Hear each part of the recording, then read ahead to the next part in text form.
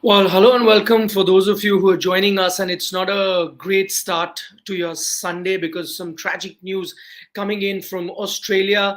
Former Australian cricketer Andrew Symonds has unfortunately died at a very young age of 46.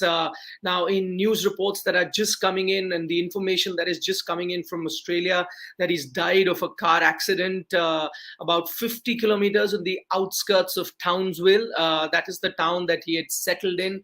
That is the place that he had been staying after his retirement. The accident is supposed to have taken place close to around 11 p.m. on Saturday night. And these are just the initial reports coming in. It is the police that reported the accident is saying that around 11 p.m. it was reported that a car had gone off road, and after going off road it had rolled.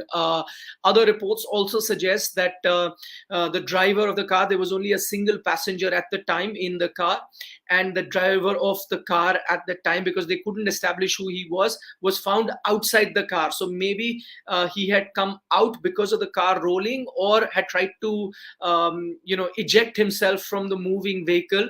So the body was found outside. The paramedics arrived after a lot of neighbors. In fact, the crash was quite loud, and the neighbors heard it.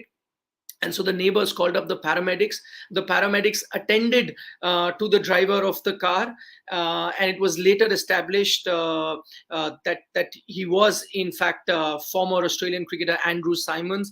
But all their efforts to save him bore no fruit, unfortunately. And Andrew Symonds succumbed to all the injuries he must have had because of the car going off the road and then rolling. And so these are really the initial reports. As I can see from a few comments, it's indeed a very, very sad day.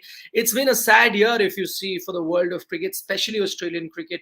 Earlier, you had the legendary wicketkeeper batsman in Rod Marsh, who passed away. Then the tragic demise of Shane Warne, and now comes this news of Andrew Symonds as well passing away. Already a few reactions are coming, and I was reading, the likes of Adam Gilchrist have come on social media and said how shocking it is. Jason Gillespie's comments, I saw Mark Taylor, the entire Australian cricketing fraternity. In fact, why just Australian cricketing fraternity, but the world of cricket is in shock.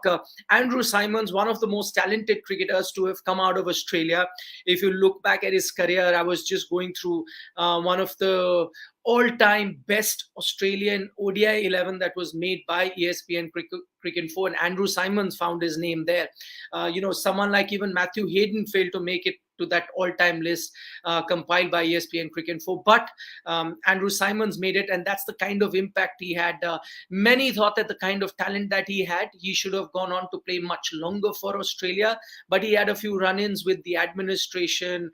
There were a few disciplinary actions taken against him because of his drinking issues. In fact, his career could have gone on for much longer.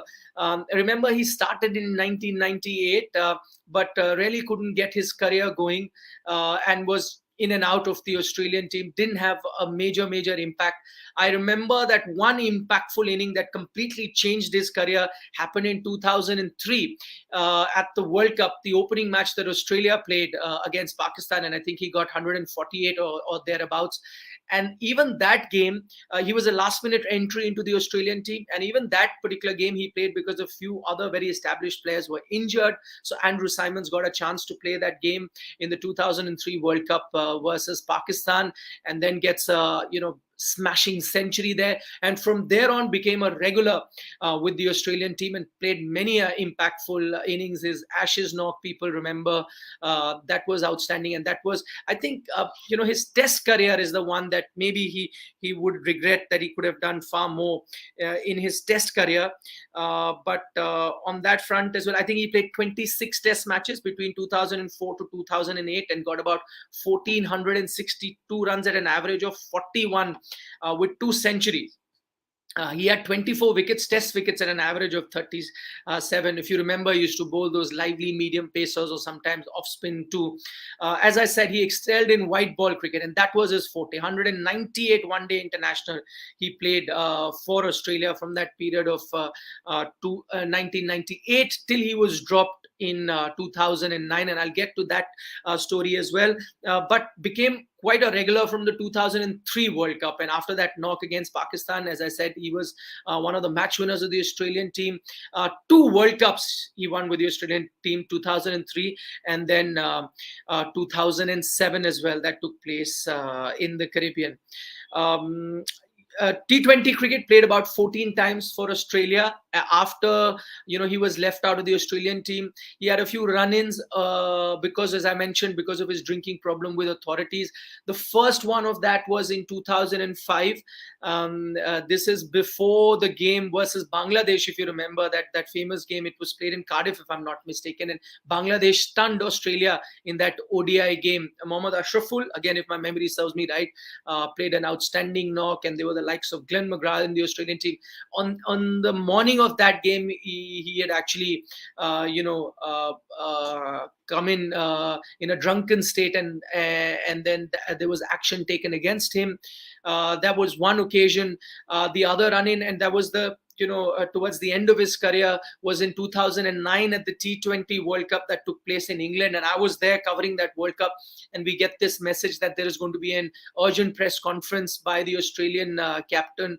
And I remember going to that press conference. It took place at the Oval Cricket Ground, and they announced that they were sending Andrew Symonds home because there was a drinking ban that the Australian team had for that World Cup. That the night before, at a certain time, they had a deadline. You had to be back, and you couldn't be out of your rooms partying or doing anything. And he had broken that deadline, and he had broken that ban, and which is why he was sent back as well. And after that, didn't get much chances to play for Australia. But from 2009, after that incident at the 2009 World Cup, after that, he plied his trade in franchise cricket from 2009 to 2012. Indian fans would remember him playing for Deccan Chargers. So he did mostly that, and after his retirement in 2012, he settled down in Townsville, which is in the northeast of Australia, northeast coast of Australia, right up on top. And this is where the accident also took place, 50 kilometers outside his hometown of Townsville, where he was settled after his retirement. It's about about 1,500.